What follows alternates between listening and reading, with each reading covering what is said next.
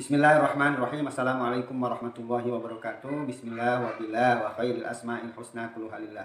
Allahumma sholli ala sayyidina Muhammad wa ala ali sayyidina Muhammad. Anak-anak sekalian, jumpa lagi dengan saya Pak Ade untuk mata pelajaran PAI.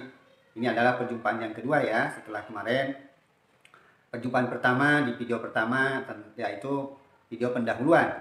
Di situ saya menjelaskan beberapa hal tentang mata pelajaran PAI.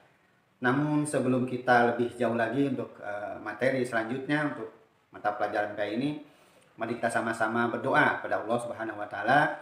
Kita bermohon kepada Allah Subhanahu wa taala, mudah-mudahan kita semua senantiasa diberi keberkahan, kesehatan, dipenuhi segala kebutuhan serta terpenuhinya segala apa yang kita inginkan atau hajat-hajat kita dipenuhi oleh Allah Subhanahu wa taala.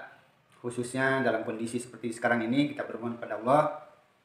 Dalam kondisi pandemi COVID-19 ini, Allah senantiasa memberi kesehatan serta Allah mengangkat apa-apa penyakit atau pandemi yang ada di Indonesia, khususnya umumnya di seluruh dunia.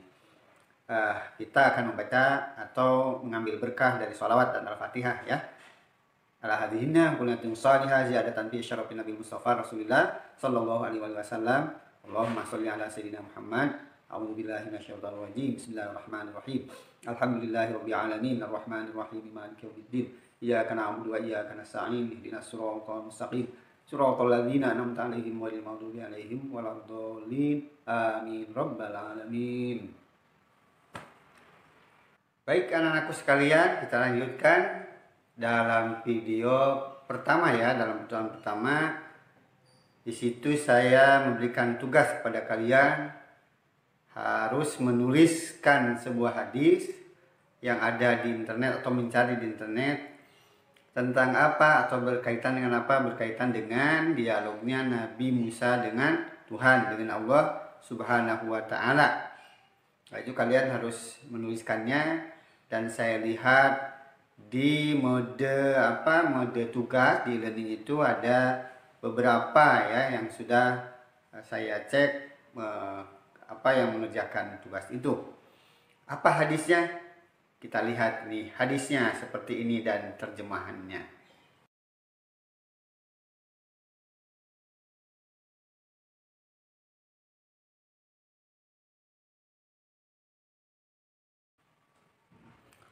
Anak-anak sekalian, pertanyaan yang tadi yaitu bolehkah manusia mencita-citakan kebahagiaan, merencanakan kehidupan yang sukses, meraih limpahan rizki?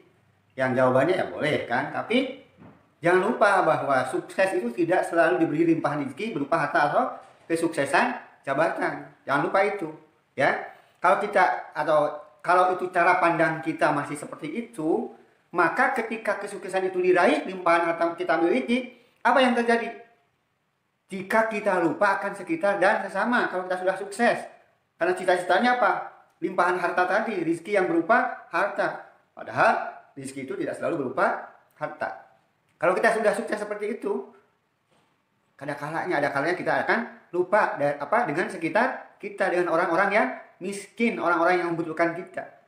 Jika berhasil kita lupa menyelipkan pandangan untuk sesama gitu. Kita lupakan sesama itu kalau sudah sukses. Kita lupa semuanya. Jika gagal, enggan menyalahkan diri sendiri kalau kita gagal. Yang ada apa? Mencari kambing hitam. Termasuk yang disalahkan itu apa? Yang disalahkan siapa?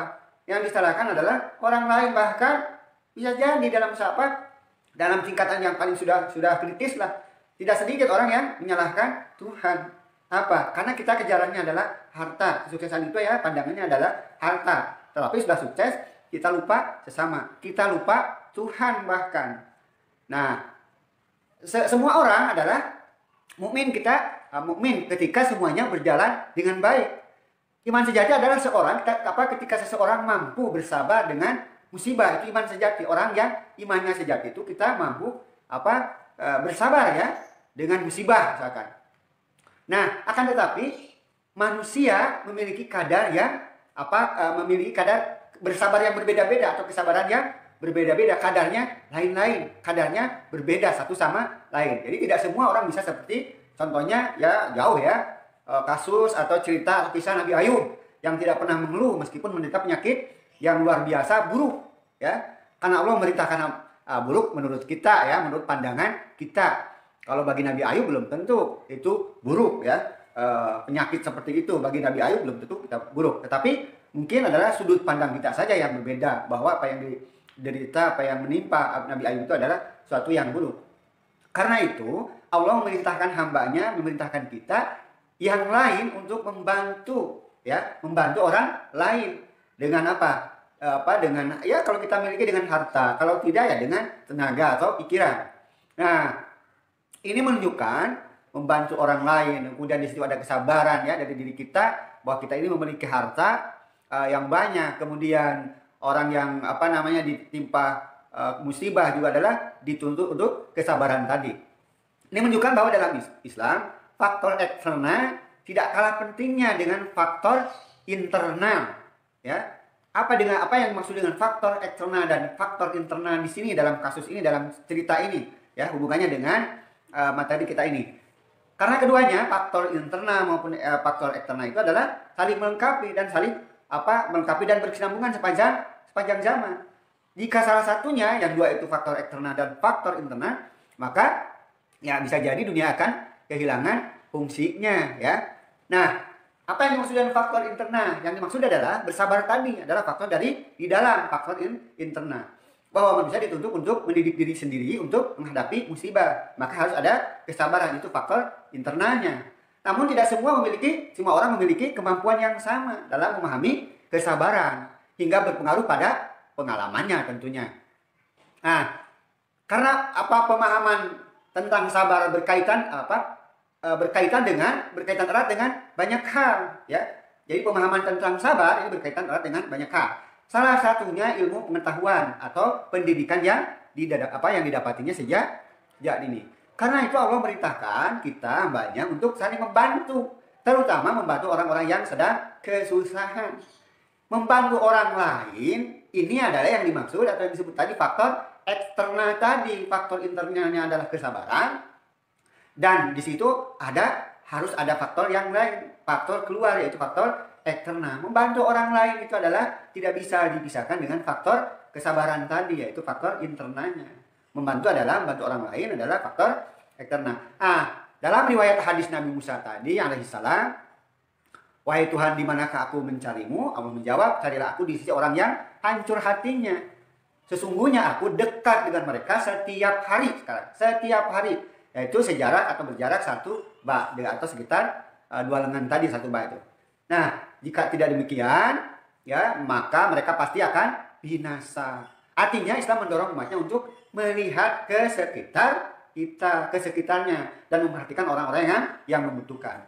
Nah, tidak hanya itu, Islam menyuruh pemeluknya untuk mencari orang-orang yang membutuhkan dan membantu mereka. Hingga Allah menegaskan bahwa dirinya sangat dekat dengan orang-orang yang hancur hatinya. Itu dibutuhkan seperti itu. Dibutuhkan harus membantu orang lain. Ya, karena Allah di situ berada. Allah dekat dengan mereka. Dengan demikian, siapapun yang berkehendak menemukan Allah, ia harus membantu orang yang kesusahan. Karena di sanalah ridho dan rahmatnya berada. Anak-anakku sekalian, demikian untuk pertemuan kali ini, pertemuan kedua ini. Mudah-mudahan kita bisa menjalankan tugas sebaik-baiknya. Dan kalian tetap menjaga kesehatan dalam kondisi seperti ini. Kalian tetap semangat, tetap di rumah. Sekali lagi, jalankan tugas sebaik-baiknya. Saya akhiri, wa ma taufiqi illa billah, alaihi tawakkaltu wa ilaihi unib. Wassalamualaikum warahmatullahi wabarakatuh.